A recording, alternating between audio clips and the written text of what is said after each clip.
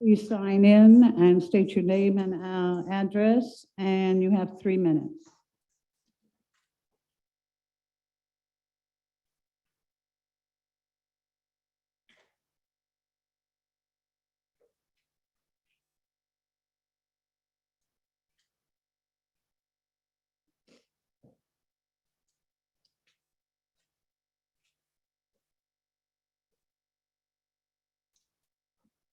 Hi, good afternoon, good evening, commissioners.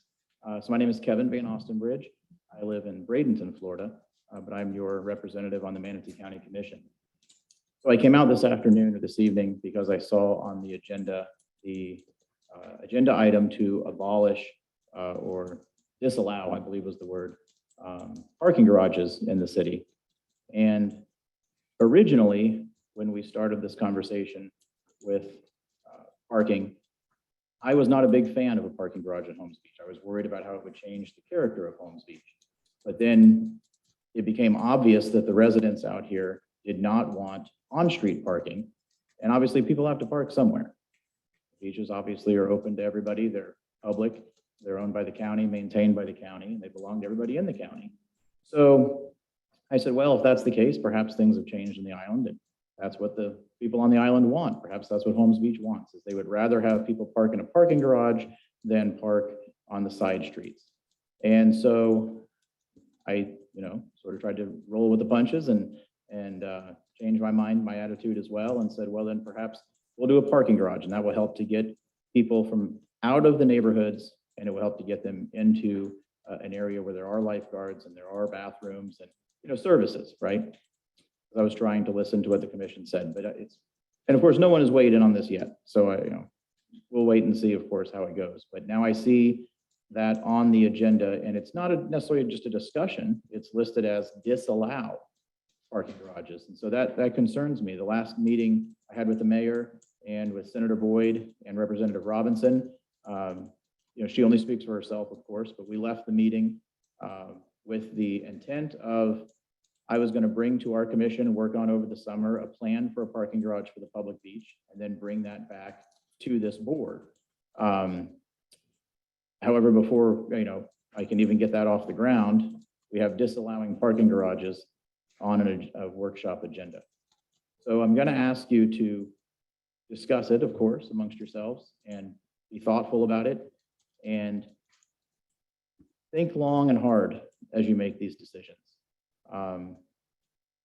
Decisions that the board has made has already cost this city hundreds of thousands of dollars from this county. And how do I politely say, it was not an accident that the governor vetoed $2 million that was supposed to go to the city. Your decisions are having consequences, and the county is currently in budget discussions at this time.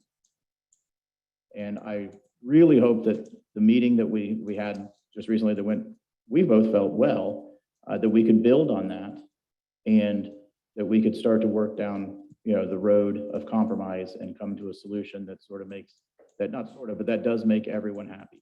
To find a way to protect the property rights and the quality of life of the residents of the island of Holmes Beach, while simultaneously ensuring beach access to everybody in the county. So as you enter into the discussion today, I just ask you to please be thoughtful and not be reactionary, and take into your mind that there could be or will be good or bad consequences for whatever decisions are made here today. So, thank you so much. Thank you.